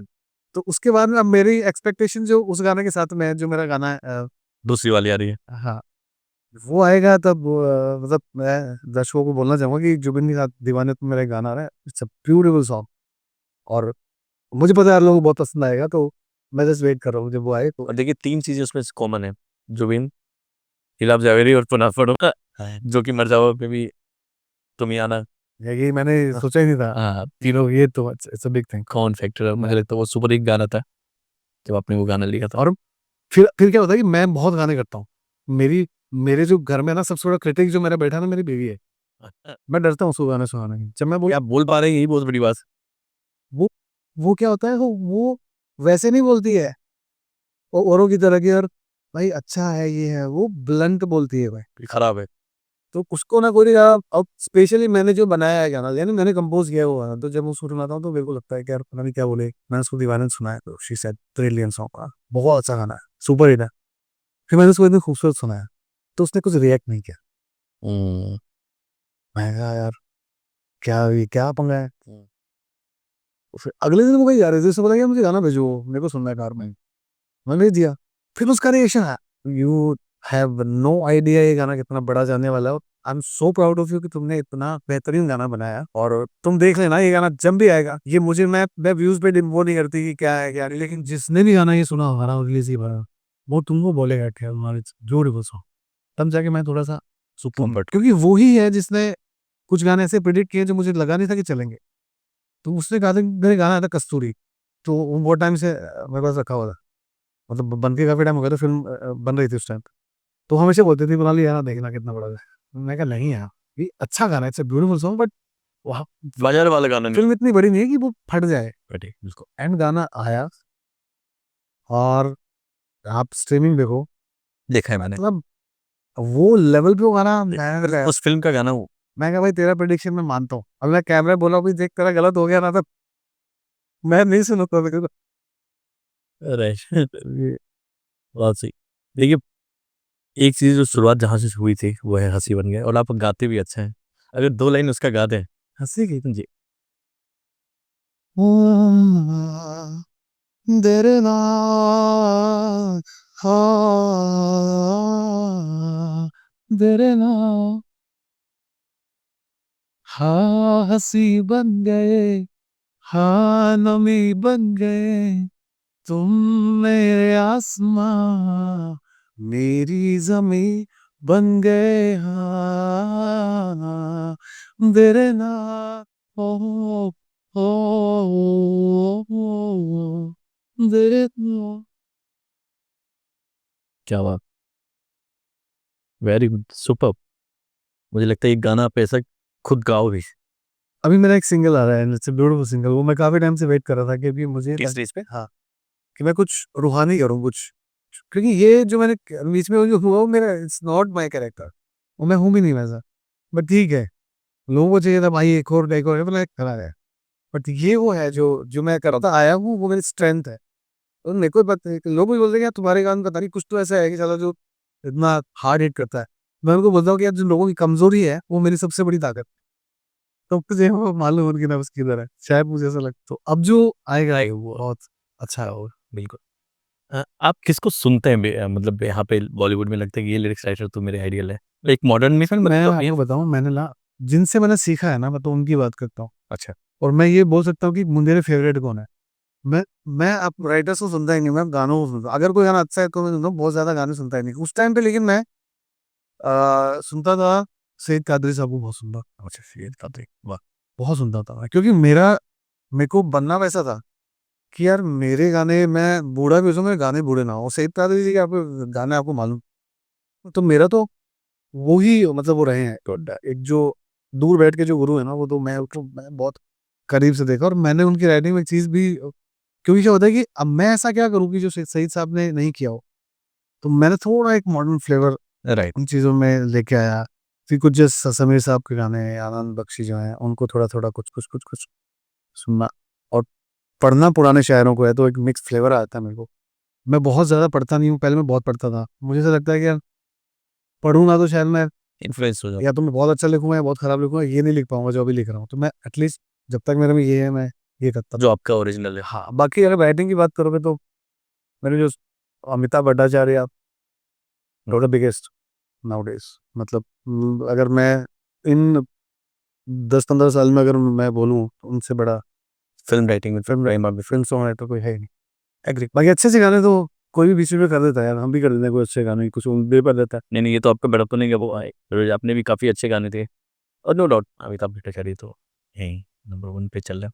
और पुराने में सुनते हैं कभी किसी का? नहीं। पुराने गाने यार एक जमाना था जब मैं म्यूजिक मैं बोल रहा हूँ ना मैं जब से इंडस्ट्री में आया हूँ, तब से मैंने कम कर दिया उससे पहले मैं पागलों की तरह म्यूजिक सुनता मतलब मैं मिथुन के गाने मतलब मैं तो पागलों की तरह सुनता एक दिन सुबह चलता था गाना तो से मैं ना लगे या सावरे वो गाना सुबह चलता था ऑफिस में मेरे डेस्क पे चला करता था शाम तक चलता था तो मेरे को जो मेरे क्लाइंट्स थे जो स्टूडेंट्स जो आते थे वो बोलते थे भैया पागल मत हो जाना आप तो मैं मिथुन को इतना सुनता था तो मिथुन के गाने मैंने बहुत सुने उससे पहले मैं 90s के गाने बहुत सुनता था है ना अनु मलिक अपने जो नदीम श्रवण ये सब लोगों को बहुत सुनता था मैं उससे पुराने गाने भी खूब सुने मैंने मेरे को अच्छा गाना मिलना चाहिए एक गाना था गीत गाया पत्थरों में 1965 की फिल्म उसमें गाना तेरे ख्यालों में मैं तो वो भी सुनता था और मेरे को गजलों का बड़ा शौक था क्योंकि मेरे फादर को बहुत शौक था तो मैं जगजीत सिंह हो गए आपकी अपने फैमिली से कोई सिंगर हो गए? मेरे को कंपोज़र कोई नहीं है, फर्स्ट आप यही सो। तुम वो सब कुछ सुना है मैंने जो मुझे नहीं सुना वो मैं नहीं सुनता था बट जब से मैंने अच्छे गाने सुनने शुरू किया तब से मैं पूरा म्यूजिक टेस्ट ही मेरा वो राइटिंग से आसपास ही घूमता है क्या रही इसमें क्या अच्छा लिखा हुआ है इसमें क्या अच्छा लिखा हुआ है तो वो मेरे को राइटिंग अच्छी करती वेरी गुड। अभी कुछ दिन पहले इस पॉडकास्ट पे जहाँ पे आप बैठे हो वहाँ पे जिशान कादरी आए थे, है और और अभी वो बिग बॉस में गए हैं, और एक आपके फ्रेंड भी हमाल जिनके साथ आपका भी काम किया वो भी बिग बॉस में है। तो वही थोड़ा-सा बिग बॉस के लिए उनके लिए एक मैसेज भी दे दीजिए, और क्या है हवाल के बारे में थोड़ा-सा बताएँ? मतलब क्या गेम एक है पिछले हफ्ते में बदला है? यार बताऊँ अमाल जब जा रहा था ना तो उसका फोन आया था मेरे वहाँ सेम डे तो हमारी काफी लंबी बात भी हुई थी इस दौरान तो ये साइड की भाई वो पहले तो उसका फोन आया तो वो क्या है, कुछ भी कभी भी बम फोड़ देता है कि आज आज क्या कर देगा, तो उसका फ़ोन जब सुबह आता है ना डर जाता हूँ, आज क्या हो गया? तो उसका फ़ोन आया, मैं सो रहा, जा रहा आपका भाई 4 महीने। अब आप सोचो कोई है सोता हुआ है, जा रहा आपका भाई 4 महीने। तो मैं डर गया, मैंने कहा भाई क्या? क्योंकि उसके हेल्थ इश्यूज़ भी होते रहते हैं, मैं बहुत डर गया। मैंने कहा भाई सब ठीक है, ऐसा क्यों बोल रहे हो? बिग बॉस जा रहा हूँ। मैं कहा ये तो अच्छी बात है ना दादा। मैं कहा भाई मैं आपको एक बात बताऊँ, मैं पिछले 2 सीज़न ना, जो मुनावर मेरा दोस्त है और करण भाई भी मेरे मुझसे अच्छा रिलेशन है। तो मैंने कहा ये 2 ही लोग, उस सीज़न में मैंने कहा मुनावर भाई को सपोर्ट किया है। मतलब उनको मेरे सपोर्ट की ज़रूरत नहीं है, मतलब दिल से प्यार होता है ना कि मेरे बिल्कुल मेरे जो फ्रेंड्स में कौन गया? तो मैंने कहा वो सीज़न उनके साथ में, मतलब मैंने उनके लिए देखा। ये वाला लास्ट वाला सीज़न करणवीर के लिए देखा। अब मैंने कहा ये सीज़न देखने का मेरे को एक बहाना मिल गया कि तुम जा रहे हो। फिर वो बोला कि भाई नहीं। मैं कहा एक बात बताऊँ यार, मैं कई सालों की तमन्ना थी मेरी कि यार मैं अमाल को देखना चाहता हूँ कि यार वो अंदर क्या करता है, क्योंकि वो बहुत स्ट्रॉन्ग, वो कैरेक्टर ऐसा है कि उसको आप बिग बॉस से जब दुनिया देखेगी ना, आपको पता चलेगा, और अब देख रही है। अरे कल का एपिसोड देखा है और उसने जिस तरह से वो दिखाया है कि मैं हूँ अमाल मलिक, मतलब मैं ऐसा ही हूँ, मैं किसी से डरता भी। और उसकी सबसे अच्छी बात है कि वो भेड़ चाल में वो चल नहीं रहा है, हाथ पे, मतलब वो मेरा दोस्त है, मैं इसलिए नहीं कह रहा हूँ, सो प्राउड ऑफ हिम कि वो अकेला खेल रहा है। और 2 ही लोग ऐसे हैं। अब आप बोलोगे ये जिशान भाई यहाँ बैठे थे इसलिए बोल रहा हूँ। नहीं, वो जद्दा भी देख रही है। 2 ही लोग मुझे ऐसे लगते हैं कि जो फेयर, ब्रेव, फियरलेस खेल रहे हैं, वो है अमाल और जिशान भाई। तो मैं तो चाहूँगा कि अमाल जीते, और जिशान भाई जीतेगा तो मुझे बड़ी खुशी होगी, क्योंकि वो बहुत अच्छा दोनों खेल रहे हैं। तो अमाल गुड लक यार भाई, तुम गज़ब कर रहे हो, पीछे वाले लोग सब देख रहे हैं, डोंट वरी। अब एक एपिसोड आया था उसमें नेहाल को वो कोई उसने कहा था कि मैं फिजिकल की हाल फिजिकल हो गया, वेरी बैड। मैं बैठा था खाना खा रहा था, मैंने देखा, मैंने कहा यार ये किस लेवल की पॉलिटिक्स है यार, ये तो बहुत ही गलत है। तो मैंने तो लिख दिया कि मैंने कहा भाई डोंट से सॉरी, बिकॉज़ तुमको सॉरी होने की ज़रूरत है, तो फेयर था। ये गेम है, इससे अच्छा तू खेलने लगता है, तो तुझे बोलना ही नहीं है सॉरी। तो भाई जहाँ गलत नहीं हो आपने को नहीं बोलना है। तो ये बाद में तो मुझे लगता है जो फर्रख खान एपिसोड में ही उन्होंने बहुत, ऑब्वियसली वो तो होना ही था, तुम सब देख रहे हैं। वही दिन मैं रखता हूँ, वही सत्ता रखती है, सबको मालूम है। और बेचारे उसके लिए गिल्ट भी फील कर रहा था। जिशान भाई की 2 खूबियाँ बताई जो कि आपको लगता है कि बहुत ही, क्योंकि जिससे भाई को वो अपनी बात को इतना फियरलेस होके बोलते हैं, एग्री। ठीक है? और वो कभी भी किसी गलत बात पे नहीं रहेंगे, समझ रहा? उनको उनको पता है अगर 10 अगर पूरा पूरा बिग बॉस हाउस उनके अगेंस्ट है और वो पता है ये बात कर रहा है, वो अकेला खड़ा हो जाएगा। वो अपनी बात कहने से कभी नहीं डरते। पहली चीज़ ये है। दूसरी ये है कि उनको किसी का फ़र्क ये नहीं पड़ता कि यार ये अगर ये नहीं करेगा तो मैं क्या करूँगा, ये नहीं करेगा तो मैं क्या करूँगा, ग्रुप में रहना, ना भाई मैं तो अपना चलूँगा। वो सेम क्वालिटी कमाल के साथ में। तो ये 2 ही मुझे लोग लग रहे हैं जो इनको ही मैं देख रहा हूँ, और स्पेशली तो कमाल तो मेरा भाई है यार। 2 लाइन इन लोगों के लिए हो जाए, जो आप डेडिकेट करना चाहें इनको। ऐसी कोई लाइन दिमाग में आ रही हो? अमाल इतने देर से शांत बैठा था। मैं भी देखा था, मैं यार हो क्या गया यार? तो मेरे को मालूम था कि वो कुछ तो फिर फटेगा एकदम। एक शेर मैं अमाल तुम्हारे लिए मार को केयर। लाख कोशिश कर लो मुझे दबाने की, खुशबू को देर है तो बस हवा के आने की। वाह! और वो हवा कल आ चुकी है और तुमने गेम कर दिया है कल। कल क्या पूरा एपिसोड तुम्हारे नाम था भाई, तुम बहुत अच्छा करो, गुड लक यार, जीत के आना भाई घर पे। सुपर्ब! सुपर्ब! अब एक लास्ट लाइन जो सबकी पसंद थी, मेरे जैसे तो मिले ही, क्योंकि उसके सिंगर भी यहाँ पे है। क्योंकि यहाँ पे टीम ने सबने वही गाना सुना है। अच्छा, पहले जब कुणाल वर्मा अच्छा मैं बताऊँ आपको, इस गाने ने मुझे ना एक अलग ही ऑडियंस दे दी अलग ऑडियंस थी कि यार, यार, 3 टियर सिटी में, मतलब एक यानी जब भी गाँव-गाँव से मैसेज सब लोग इस पे। मैं कहा ये क्या हो गया मेरे साथ, बट इट्स गुड कि जो मेरे को बड़े शहरों ने नहीं दिया, मेरे लिए छोटे शहरों में दिया। राइट। समझ रहे हो? तो ये चीज़ बहुत अच्छी है। नहीं, यहाँ पे जब आए तो मैंने जो हमारे यहाँ पे कंटेंट कर रहे थे मनीष, उनसे ही पूछा तो उन्होंने सबको वही गाना पता है। मैंने कहा, उन्होंने हँसी भी लिखी है। सबको वही मेरे जैसे तो पहले जब गाना चलने लगा था ना, तो मैं थोड़ा-सा टेंशन में था। मैं कहा क्यों चल रहा है, कि इमेज ना हो जाए कि हमारी। मैं क्यों चल रहा है, क्यों चल रहा है? ये सोचता हूँ। देन फिर उसके बाद जो चीज़ें बदली हैं और लोगों का एक परसेप्शन बदला मेरे को लेके और चीज़ें हुई, तो मैंने कहा गाना चलना चाहिए। मैंने कौन-सी गालियाँ दे दी गाने में यार? Right, right. और ये एक अलग तरह की राइटिंग है, उसमें भी अब राइटिंग तो उसमें है, आप ये तो मानना पड़ेगा। बिल्कुल, है ना? ये और मतलब बहुत बड़ा एग्ज़ाम्पल है आनंद बख्शी और समीर जी, जिन्होंने हर तरह के गाने लिखे हैं। जब बाज़ार की बात आई तो बाज़ारू भी लिखा, और जब शायरी की बात आई तो उन्होंने वैसे गहरे गा। अब लेकिन ये बात अब ये क्या है कि ये उसमें ऐसी थी, इस तरह से आगे की बात, क्योंकि इसमें बेहतर रहा। अरे समझ गया। इसमें गा भी आप रहे थे, वीडियो में भी आप हो। इसलिए तो लोगों ने नोटिस कर लेगा चाहिए, अदरवाइज़ मैं किसी के लिए लिखता तो कोई इतना गौर नहीं। इतनी, हाँ, इतने तो अगर 2 लाइन गा दे। बिकते नहीं यहाँ दिल, ये इश्क की है महफिल, लगाओ ये फरेब की दुकान और कहीं मेरे जैसे तो मिलेंगे मिलेंगे हम नहीं, मेरे जैसे तो मिलेंगे मिलेंगे हम नहीं, है तेरे यार बथेरे मेरे भी कम नहीं, मेरे जैसे तो मिलेंगे मिलेंगे हम नहीं। थैंक यू सो मच भाई, आपने इतना टाइम दिया कुणाल भाई। अरे यार, और बहुत ही मजा, मतलब थैंक यू सो मच मुझे यहाँ बुलाने के लिए और इतने नहीं भाई, इतनी बार आपसे मिला हूँ और कभी भी ये फील नहीं आई कि आप इस तरह का व्यक्तित्व होता नहीं कि अब देखते हो तो देख के कुछ और समझ आती है चीज़ों को, और जब आप बात करते हो तो समझ में आता है कि आदमी कुछ और है। ये आदमी गुस्से में नहीं, ये आदमी का तेवर बागी वाला है। नहीं ये सोचिए, देखो आप क्या हो मुझे ना, मतलब मेरा दिल ये कहता है कि यार कमाल आदमी है ना। जब भी मैं सोचता हूँ कि यार कि मैं कभी कभी खुद को अंडर एस्टिमेट करता हूँ या खुद को लगता है कि यार सब जगह सुन रहे हैं लोग मुझे, लेकिन क्या है ऐसा जो, मतलब बहुत सारे सवाल है ट्रू ट्रू। तो फिर मेरा दिल पता क्या कहता है कि मेरा दिल मुझसे अक्सर कहता है कि यार कमाल आदमी बहुत है ना। फिलोसफिकल लाइन है। हाँ कि कमाल हो तो। कमाल आदमी है तू। ये आधे सफर में मिले लोग तुझे नहीं जानते, क्या बात है। है ना। ये मैं इस शेर को थोड़ा ठीक से पढ़ता हूँ, मैंने बताया। आप तो सी लाइन है। हाँ मतलब आपने बोली, देखो मुझे रोंग के जो आपने एक लाइन बोली, मैं मैं से आ रहे हो, कैसे बोलता हूँ, क्या लाइन बोली आपने? हाँ हाँ, यादें सफर में मिले लोग तुम्हें हम नहीं। मैं बोलता हूँ। हाँ हाँ हाँ, माहौल बना दिया आपने तो। तो मेरा दिल मुझे अक्सर कहता है कि यार कि मेरी नजर से देख कमाल आदमी क्या बात है ना। ये छोड़ है कि कौन है ये सब छोड़ना, कि मेरी नजर से देख है। कमाल। कमाल आदमी है तू। ये आधे सफर में मिले लोग तुझे पूरा नहीं जाना पड़ेगा, क्या बात है। हाँ है हाँ, ना। तो जब इसने देखी है जर्नी सर मुझे, सही बात। तो इसको पता है कि मैं गलत भी था मैं सही भी था, जो भी था। बट मुझे अपने बारे में बहुत अच्छी बात पता है कि मैं इंसान बहुत कमा है। मैं तब भी अपने बेस्ट पे था जब मैं गैराज में रहता था या मैं फोटोकॉपी कर रहा था, मैं जहाँ भी था मेरे को कोई शिकायत नहीं है। तब भी मैं बेस्ट कर रहा था, मैं जब मैं इंडस्ट्री में आया तो उससे पहले भी अपना बेस्ट कर रहा था, मैं आज भी अपना बेस्ट कर रहा हूँ। अगर मुझे पीछे मुड़ के लोग बोलते कि तुमने स्ट्रगल किया है कि, तो मैं कहा भाई मैं तब भी बेस्ट पे था, मैं आज भी अपने बेस्ट पे हूँ, मैं इससे ज्यादा कुछ कर नहीं सकता। मुझे फिर कुछ मिले चाहे नहीं मिले मेरे को फर्क नहीं पड़ता। मेरा ये है कि मैंने कोशिश कितनी करी है हमेशा ना। मैं सर एक टाइम ऐसा आया था, मैं मेरे फैमिली वालों को नहीं पता था कि मैं गैराज वगैरह में किसी में रहता हूँ ऐसा। तो एक बार मेरी बुआ आ गई थी देखने के लिए। अच्छा। तो जब वो आई थी तो उन्होंने देखा कि यार ये इधर रहता है, तो वो रोने लग गई थी। वो बोलती तू चल यहाँ से। तो ये सीन था, मुझे सब कुछ ठीक तो है, सब बढ़िया है, मेरे को तो कोई फील ही नहीं होता क्योंकि मेरा दिमाग कहीं और है, मैं खुद कहीं और रह रहा हूँ। ये तो दुनिया वो है नहीं जहाँ मैं रहता हूँ। मैं तब से ही था, मैं ये नहीं देखता कभी, मेरे को तो अपनी मेरी एक जगह है सामने जाना। बिल्कुल सही। बिल्कुल सही, बहुत ही फिलोसफिकल लाइन और बहुत ही अच्छी है कि मैं आधे सफर में मिले लोग तुम्हें पूरा नहीं जानते।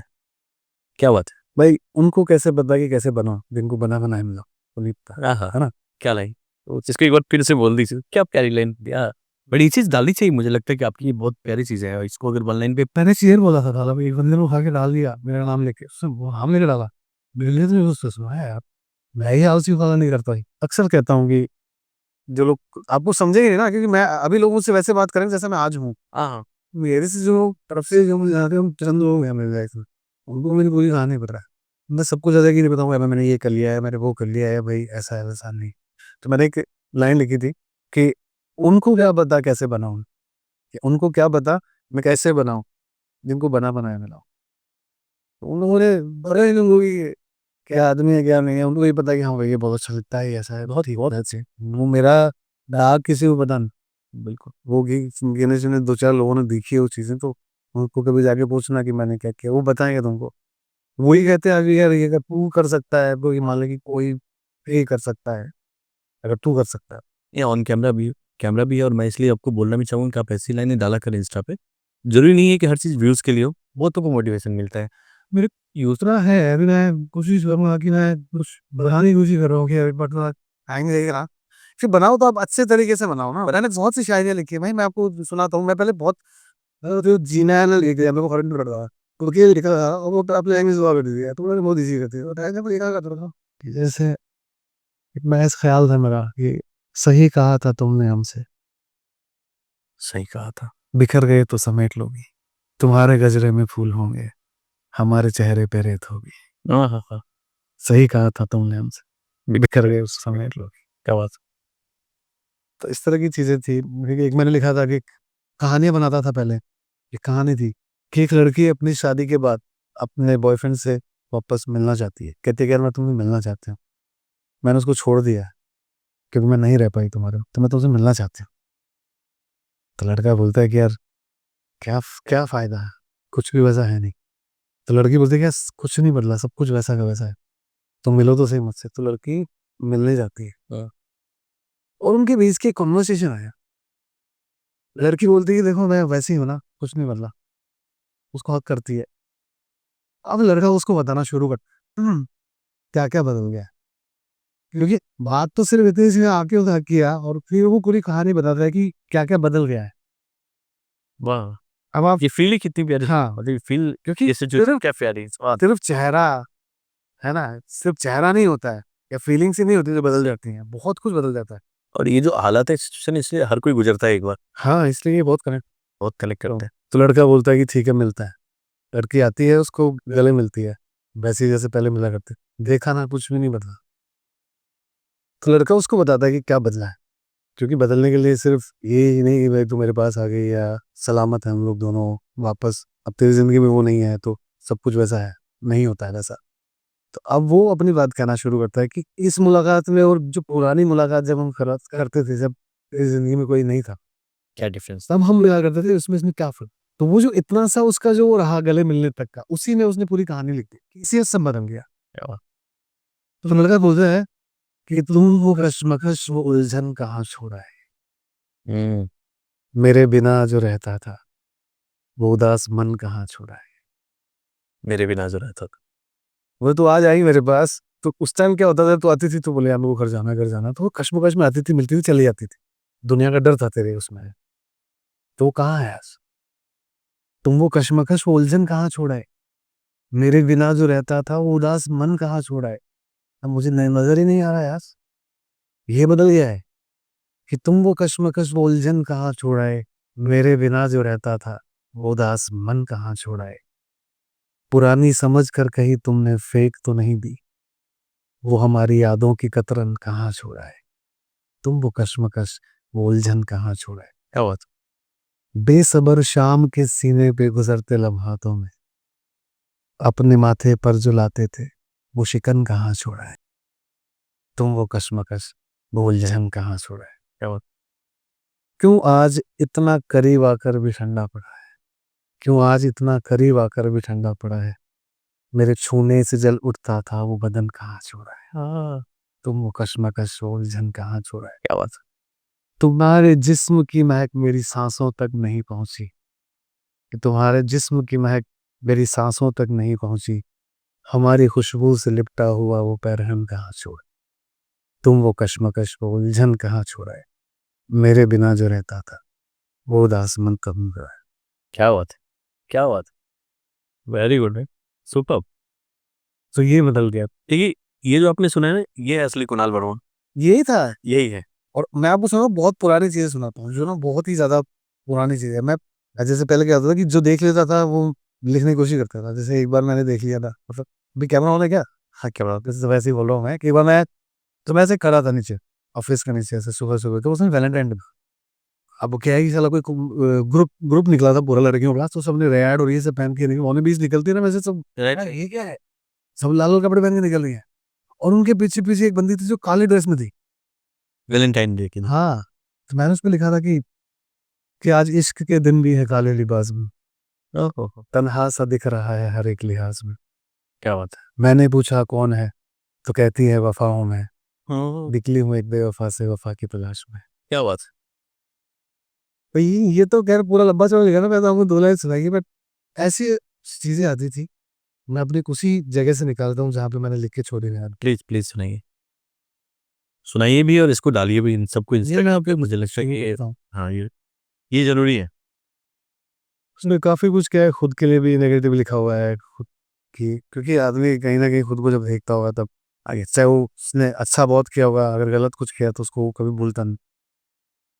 तो उसके लिए मैंने लिखा था कि अगर हमने किसी का, क्योंकि कोई इंसान लाइफ में ऐसा था मेरे जिसने मुझे सिखाया कि, जिसने मुझे कहा कि तू एक दिन इंडिया का जाना माना राइटर बनेगा, और उस वक्त तो मैं किसी उसमें भी नहीं था, और एक टाइम आया जब मैंने उसी को ही रुसवा कर दिया। तो उसको मुझे लगता था, उसके लिए मैंने कुछ लिखा था कि तेरी अश्क नुमा आंखों का गुनहगार हूं मैं, वाह, कि तेरी अश्क नुमा आंखों का गुनहगार हूं मैं, तो उन्हीं नम आंखों की रौनक हूँ, बहार हूं मैं।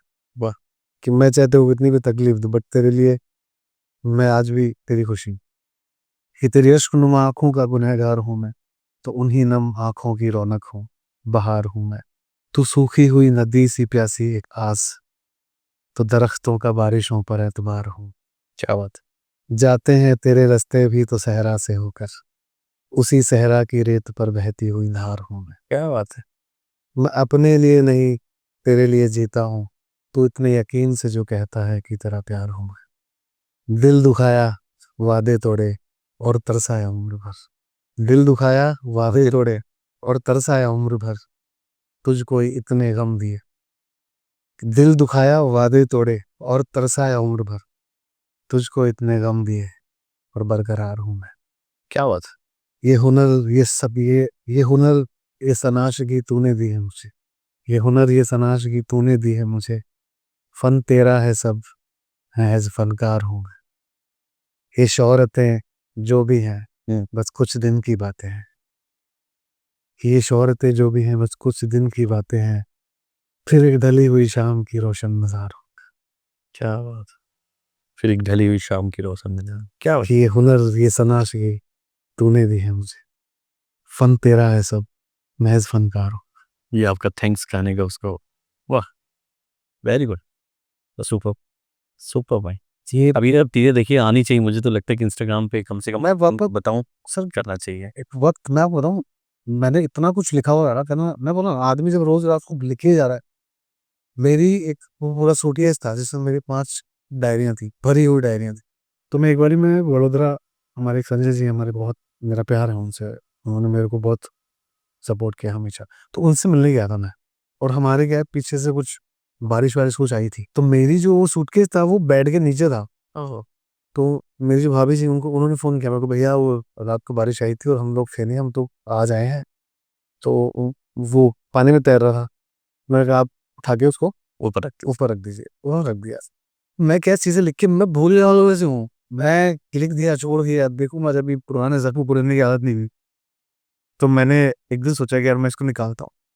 मैंने सूटकेस खोला भाई, वो पूरी की पूरी किताबें ऑर्डर बन चुकी हैं, और वो किताबों का हिसाब नहीं मेरे पास कि वो कहाँ है। अगर आप पानी में भिगा के अगर पेपर पर भर दोगे, खत्म हो गया, पाउडर बन गया हो, ग्रे कलर का पाउडर, और मेरे माथे पर एक शिकन नहीं आई। मैं मुस्कुरा के मैं बोला कि मैंने कहा शायद यही लिखा था मेरे पास, वो भी तो मैंने लिखा है, ये लिख लूंगा। तो उस टाइम समझ ही नहीं आया कि मैं एक कैसे करूँगा, बट टूट गया होगा तो भी मैं निकल नहीं पाऊँ। सही बात मैंने कहा कि यार नहीं लिखेंगे, वापस नहीं करेंगे शुरू। तो फिर मैंने इतने मेरे पास आज भी पड़े हुए हैं जो मैं उसमें है। लिख कर लाना चाहता हूँ, और मैं जल्दी ही करूँगा। लगता है कोई पोइट्री वगैरह की किताब भी आनी चाहिए अगर आप कुछ निकालना है। मुझे मैं अच्छा भविष्य देख रहा हूँ, मेरा वो चल रहा है, मेरा मैंने किताब लिखना शुरू कर दिया है मैंने। आज से ही मैं राया जमा, और अगर कोई मुझे मेरी प्रॉब्लम ये है ना कि जिन लोगों ने मेरे शायरों की छापी मुझे उसी से, अब मैं देखता हूँ कि पहले एक बार कंप्लीट कर लूँ, फिर उसके बाद में मैं ये बट करनी चाहिए कि फिर है ना कि कोई सूटकेस फिर कहीं बंद ना हो जाए, इस बार कहीं लिख के ही जाते हैं। नहीं, अब तो देखो ये जो होगा वो होगा, मैं तो संभल के चलता हूँ। उसने जो लिखा है वो तो होके रहेगा। आपने शायरियाँ लिखी, उन्होंने कदर लिख दी तो बात ही अलग हो गई। उन्होंने किस्मत लिख दी। किस्मत लिखी, और किस्मत में तो, जो लिखा है वो कौन। तो मैंने एक बारी जी। ऐसे ही, उसने मुझसे पूछा कि मैं तो वैसे ही हूँ, आज भी पहले जैसी हूँ यार, तुमको क्यों लगता है कि मैं बदल गई हूँ? तो मुझे लगता था कि यार पहले मैं तेरे को ना बुरा भी अच्छा लगता था, है ना? कि तो अब मैं में ऐसा क्या हो गया? पहले मैं ऐसा ही था, बुराई तो पहले भी थी मेरे में। मैं तो आज भी वैसे जैसा हूँ। तो मैं बताऊंगी तू कि कितना बदल गई, कि क्यों बात नहीं करता, क्यों मैं उस तरह शेयर नहीं करता। मैंने कहा कि तुझ में अब वो बात नहीं जो हुआ करती थी, अच्छा, कि मेरी खामियां भी जब तेरे दिल को छुआ करती थी। क्या बात है। मतलब बात कौन सी नहीं है तेरे में पहले वाली, कि तू मेरी गलतियां माफ करता था, कि तुझ में अब वो बात नहीं जो हुआ करती थी, मेरी खामियां भी तेरे दिल को हुआ करते थे। जब से हुआ है हादसों का करम मुझे, अब वो दिन गए जब तू मेरे लिए दुआ करता। क्या बात है। एक जमाना था मेरा, एक जमाना था मेरा, था एक फसाना मेरा ही, एक चीज दुनिया में कभी मेरी भी हुआ। क्या बात है। बहुत बढ़िया। मैं वफादार होकर भी गुनहगार बन गया, मैं वफादार होकर भी गुनहगार बन गया, तो अपनी ही गलतियों पर मुझसे गिला करती थी। आ, बहुत बढ़िया भाई। मैं अपने हिस्से की जिंदगी जी चुका हूँ, मैं अपने हिस्से की जिंदगी जी चुका हूँ शायद, मेरे बिना ना जी सकोगे, तू ही तो कहा करती थी, वो दिन गए जब तू मेरे लिए दुआ करती थी। क्या बात है, बहुत बढ़िया, इस तरह की चीज़ बहुत करती बढ़िया, सब। उम्दा उम्दा। ये था मैं सॉन्ग राइटिंग में तो बहुत बाद में। अभी आप पूछ रहे शायरों के लिए ये बेस है, कब वो मजमल होता है, तो नए राइटर्स हैं जो आप बोलते हैं, मैं कहता हूँ कि पहले बेस मजबूत कर, करो, वैसी जिंदगी जियो। कई सूटकेस तुम्हें खत्म करने पड़ेंगे तब जाके कोई एक लिरिक्स राइटर पे। मैं ये कभी नहीं चाहता कि किसी के साथ वैसा हो जो बिल्कुल सर, बट वो आधार है, आपको वो मजबूत बनाता है, और वो हिम्मत रखनी होगी कि कहीं अगर कुछ हो भी गया तो आप उससे निकल पाओ।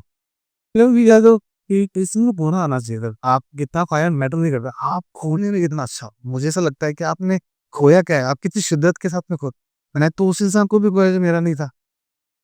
आप सोच रहे हो तो उस चीज को आप समझ रहे हो कि कैसे ये हो सकता है कि जो इंसान दे रहा है उसको कैसे खोल दिया। भाई वो ही तो बात है कि मैंने वो चीज खोदी जो मेरी नहीं थी और मैं चाहता था कि मेरी हो, बट जब मैंने उसको भी खो दिया यार, हर एक चीज वो खो दी जो मुझे चाहिए थी। अब जाके मेरी लाइफ में वो सुकून, वो चीजें आई हैं इतने लंबे सफर के बाद में कोई मेरा सफर बना है। तो मुझे लगता है कि अब जो है वो मेरा कंफर्ट जोन है, अब जो है वो मेरा सुकून है। पर उसके लिए यहाँ तक आना वो जर्नी, मैं आप एक और चीज ना इस पे दर्द लेके आया आपको एक और चीज सुनाऊंगा। Please please. अगर मुझे मिल गया तो मैं भी सुनाता हूँ आपको। वो इसी चीज का वो है कि ये सब चीजें वजह से होती हैं आपकी जिंदगी में। हम शिकायत करना छोड़ देंगे ना, ऊपर वाले भरोसा करो कि क्या तुमने अपना सबसे मनपसंद इंसान खोया है। कि अपने लिए ही मैंने कुछ लिखा था, क्या तुमने अपना सबसे मनपसंद इंसान खोया है। अगर हाँ तो ये आपके लिए है, क्योंकि किसी को खोना क्या होता है ये तुमसे बेहतर कोई नहीं जानता। जिसे तुम पसंद करते हो वो नहीं मिला तो क्या, उसका हाथ थाम लो जो तुम्हें दिलो जान से प्यार करता है।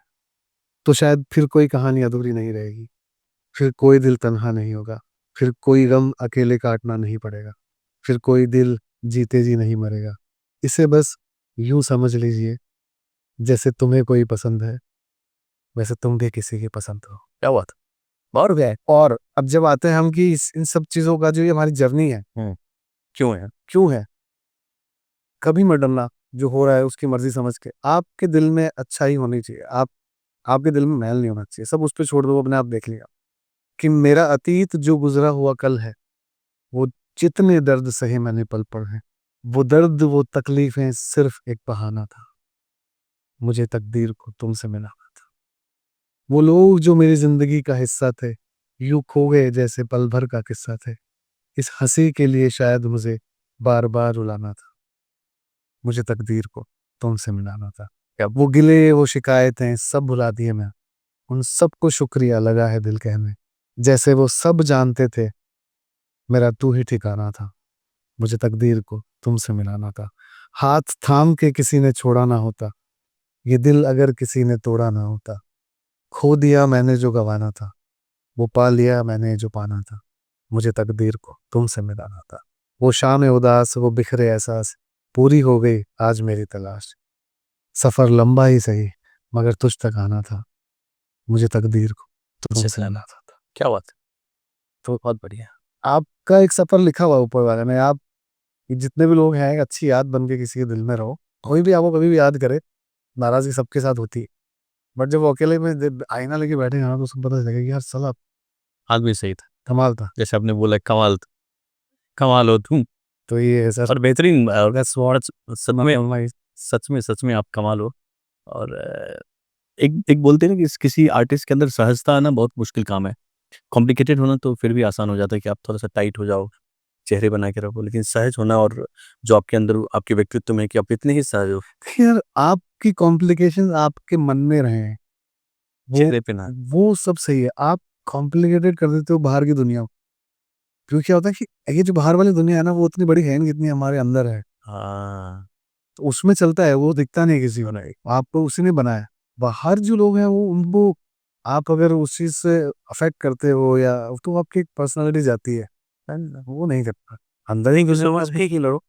थैंक यू सो मच, आपने इतना वक्त दिया, और सबसे अच्छी बात, आपको बहुत मजा आया। मुझे उम्मीद नहीं थी कि ये, मुझे तो लगा बहुत ही फॉर्मल सा कुछ होगा, लेकिन अरे नहीं एक होता है ना एक शायर से मिलने का जो अनुभव होता है, वो आज फील हुआ कि एक शायर आया है कोई। नहीं, पर मैं आपकी बात याद रखूंगा। आपने कहा कि आप इसको शुरू करो तो मैं थोड़ा सीरियस होके नहीं, आप तो दिल करेंगे दिल ही। की बातें लोगों को अब। और ये चीज आपकी नहीं है, ये मुझे लगता है सोसाइटी की एक चीज है जो पब्लिक सोसाइटी को देनी चाहिए।